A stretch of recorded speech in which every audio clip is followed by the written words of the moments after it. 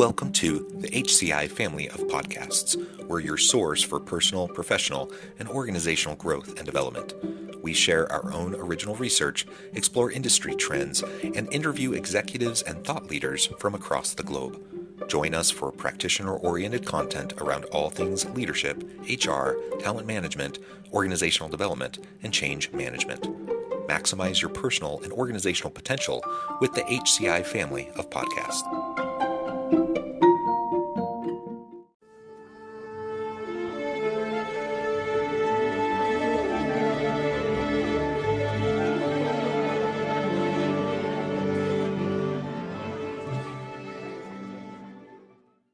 Denis O'Shea, welcome back to the conversation today.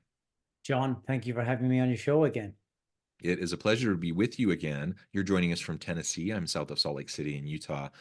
We met together maybe about 2 years ago or so to talk about how people use devices in the workplace. You have an updated study, now global, that we're going to unpack together today to look at and better understand how people work with their devices.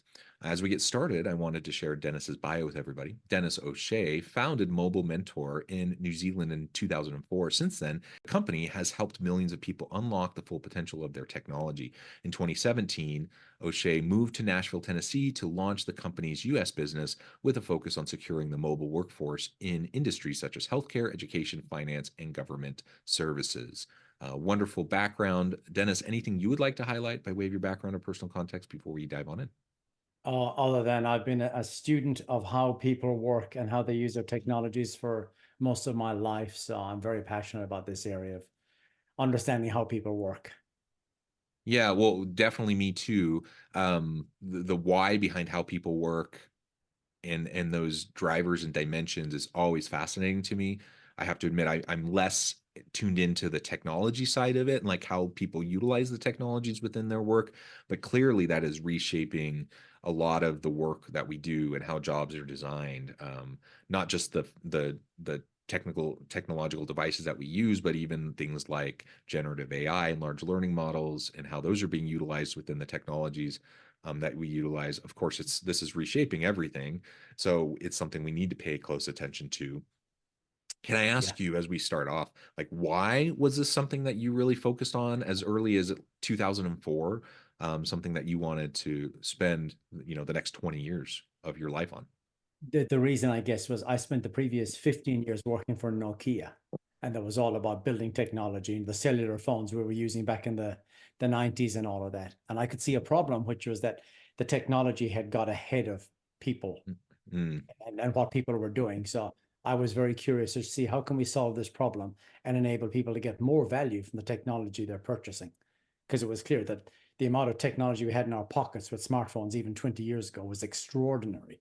Most people were not using, even a fraction of it. So that was the genesis for trying to figure out how do we unlock more productivity through the technology we've already purchased. Excellent, excellent. So why don't we start with a general framing up of this most recent study? You can tell us a little bit more about how the study came to be, what the parameters are, like what the methodology is, and then we can start to unpack some of your findings. Sure. So I'll tell you what the burning question was. What we were trying to do is figure out how are people actually working in a post-pandemic hybrid work configuration. Because what we know now is hybrid work is here to stay, and all the data shows that it actually hasn't changed in the last 2 years. But what we wanted to see was how are people actually set up in their home offices? And this may sound a little bit creepy, but it's not.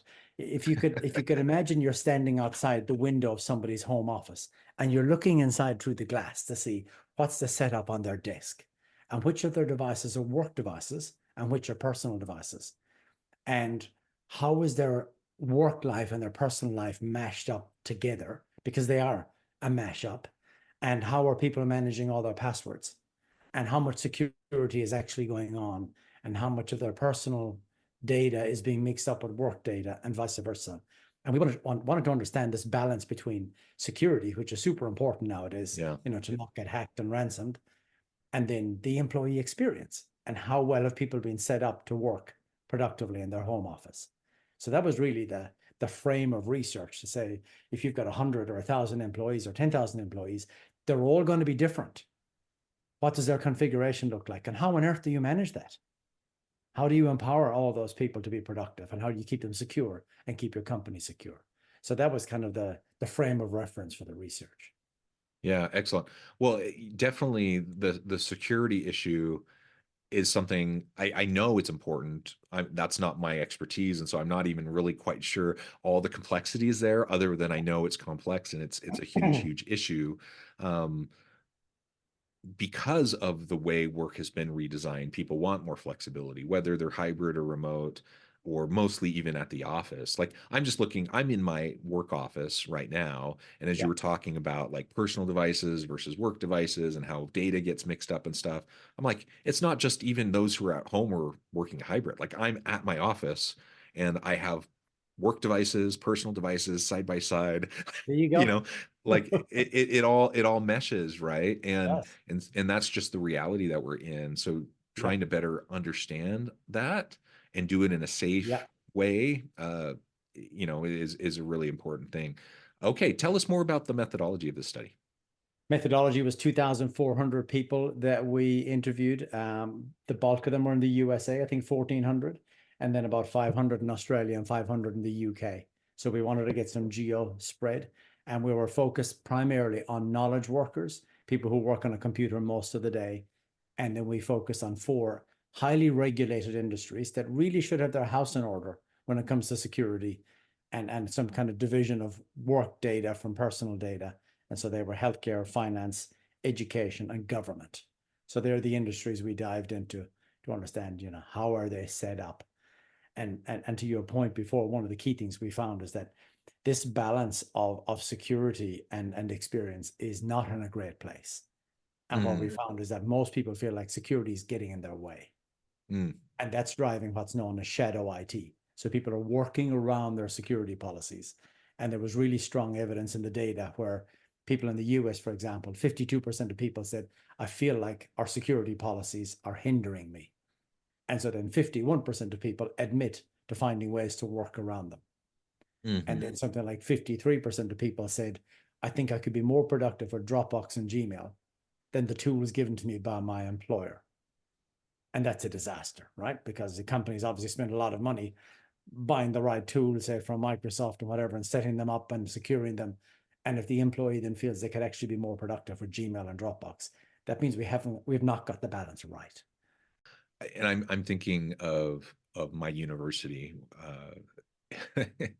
That's definitely been a struggle. So the pandemic really kind of accelerated the adoption of kind of holistic tools across the university that everyone was going to use. Before it was really patchwork, and we had all Yeah. people using all sorts of different things, and the university had a system but not a lot of people used it anyway. So they put a ton of effort, in part because of cybersecurity concerns, but in part just because of the financial commitment that the organization was making towards these tools that weren't being heavily utilized. And there's a bit of a learning curve. It takes time for people to get comfortable using maybe tools they didn't always Yeah. use before. Yeah. And so that's been part of a process. Something else that I've noticed from the security standpoint is you have this dual authentication for Yeah. everything, which is really good and really important. Yeah. But I found just in recent years, it's gotten so much better. Like I, I don't know how to quantify it or how to put an amount of time to it, but it was 100% a pain point for me personally.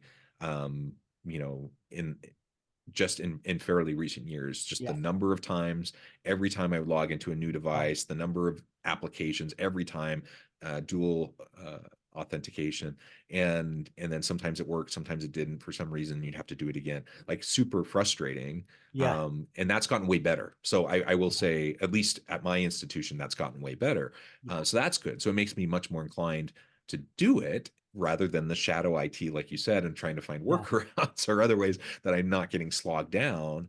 Um, so that's really interesting that those were some key findings in this study. Yeah. And I can tell you that education they're the champions when it comes to shadow IT. Education organizations, and particularly universities, they've got the least restrictive security environment and the most permissive environment. So Mm-hmm. people can generally spin up new cloud applications and sign up to new services quite freely in a university setting in a way they cannot if you work for a finance company or a government department. So Sure.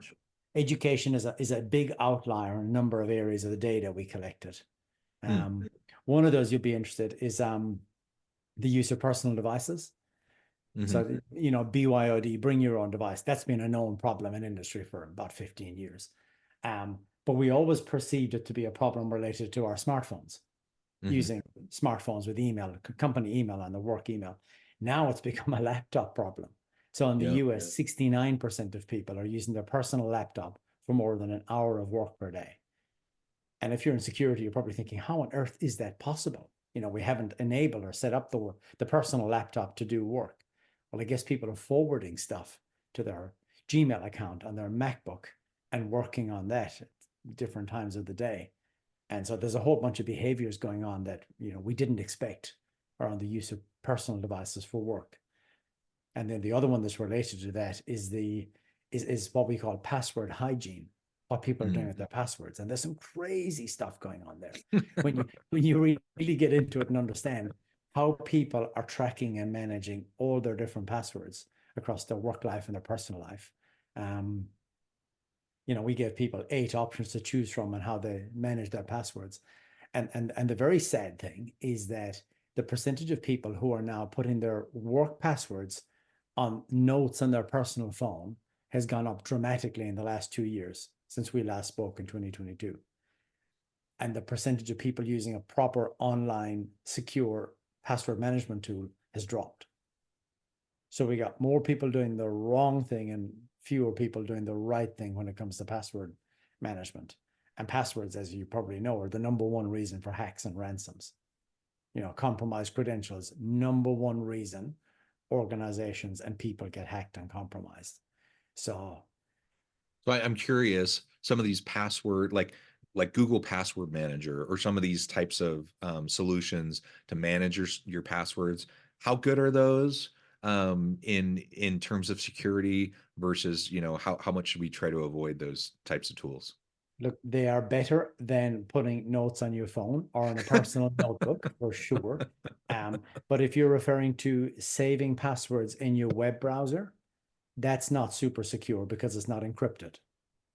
So there are ways for somebody to fish your passwords out of your web browser if they hack the browser. The most secure, of course, is getting rid of passwords. So we're huge advocates for going passwordless and relying on the technology where we've got, biometrics, recognize our faces or our fingerprints, Face ID, Touch ID, Windows Hello, and then 2-factor authentication. So we just get away from this nightmare of managing passwords. Because, they were a great invention back in 1961.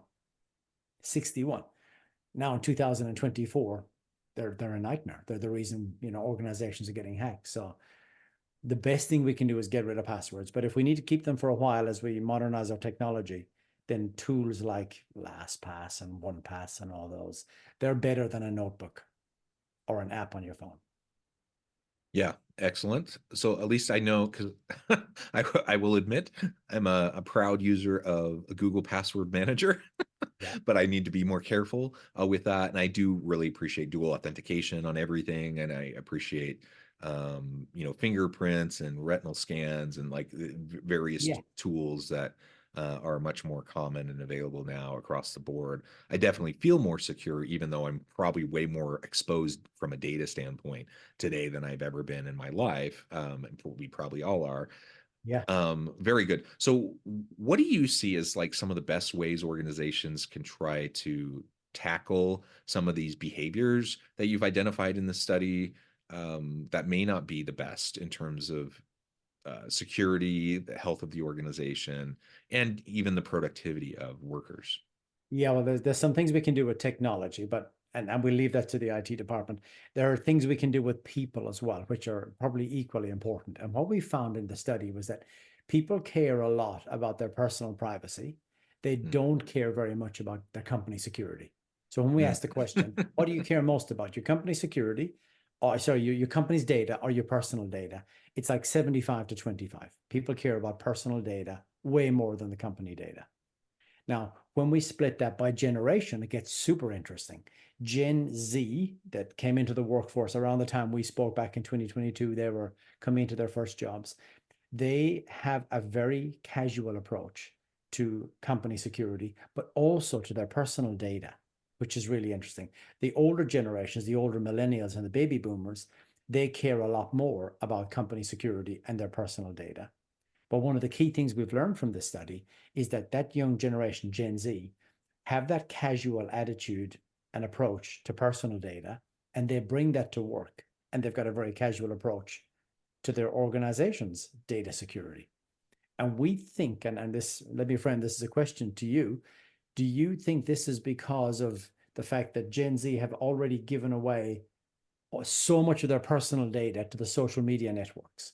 You know, essentially they've said to the social networks, you can know my location, you can Yeah. know my entire social graph, all the people I connect with, all the things I like and watch and comment on.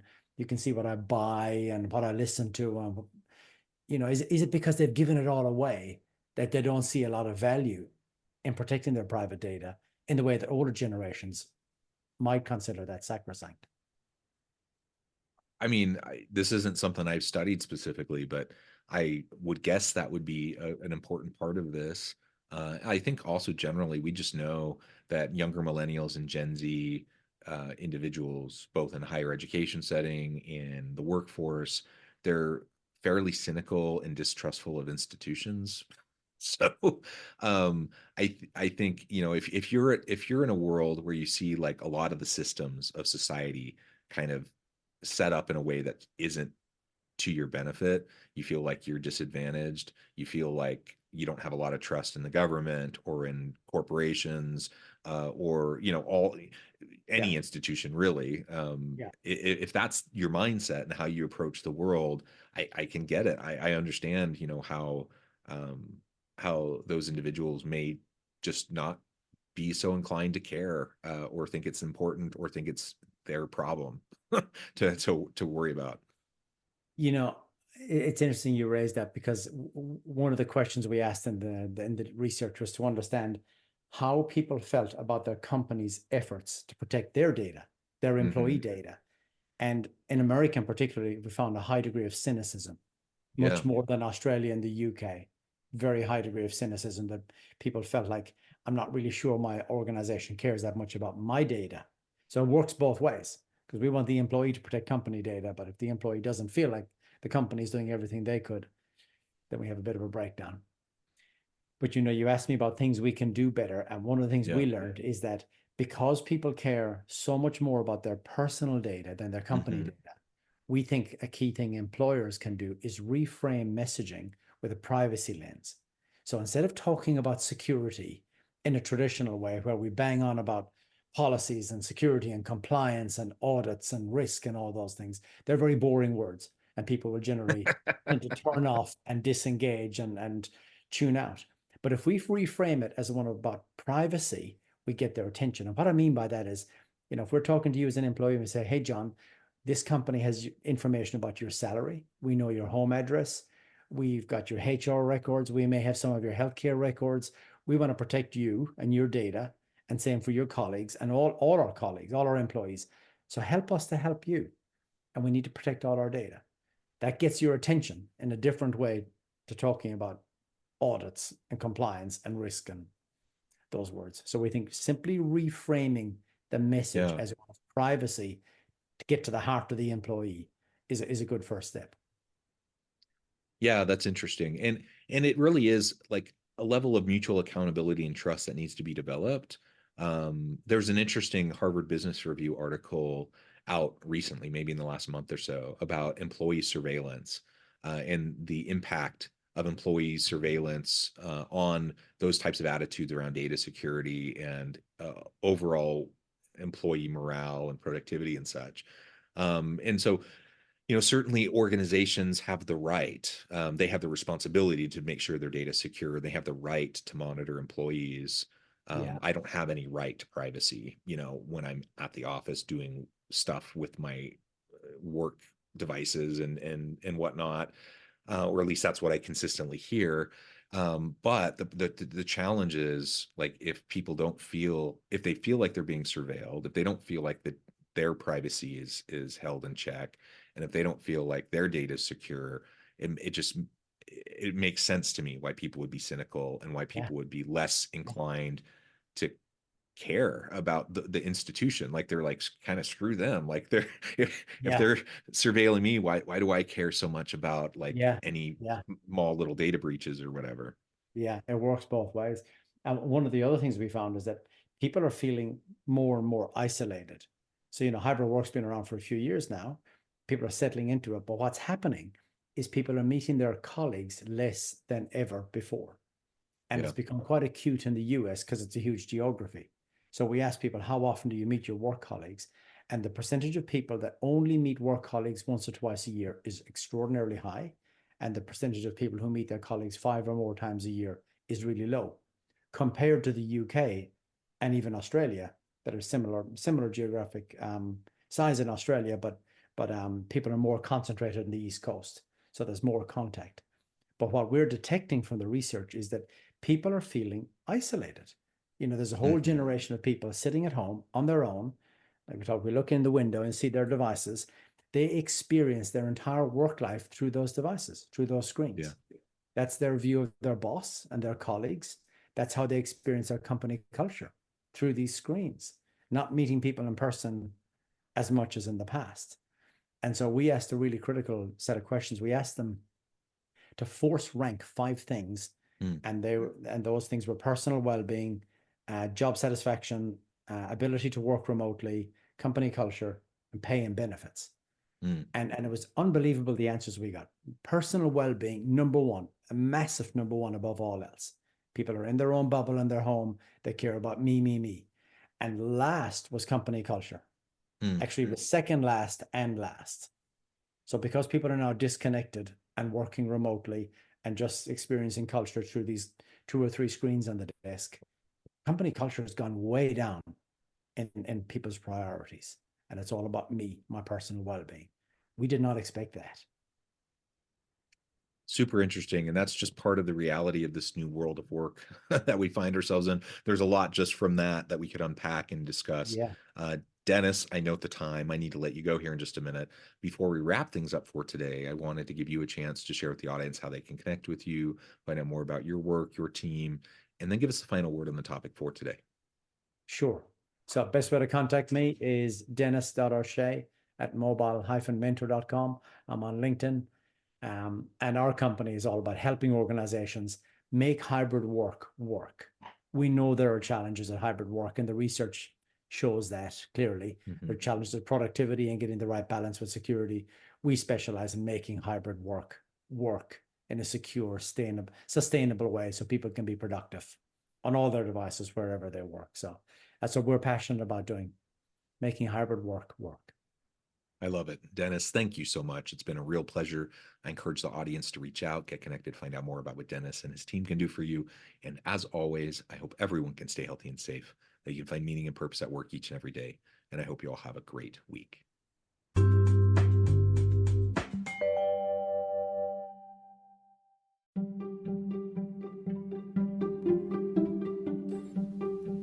Thanks for joining us for this episode of the podcast. We hope you stay healthy and safe, and please join us again soon.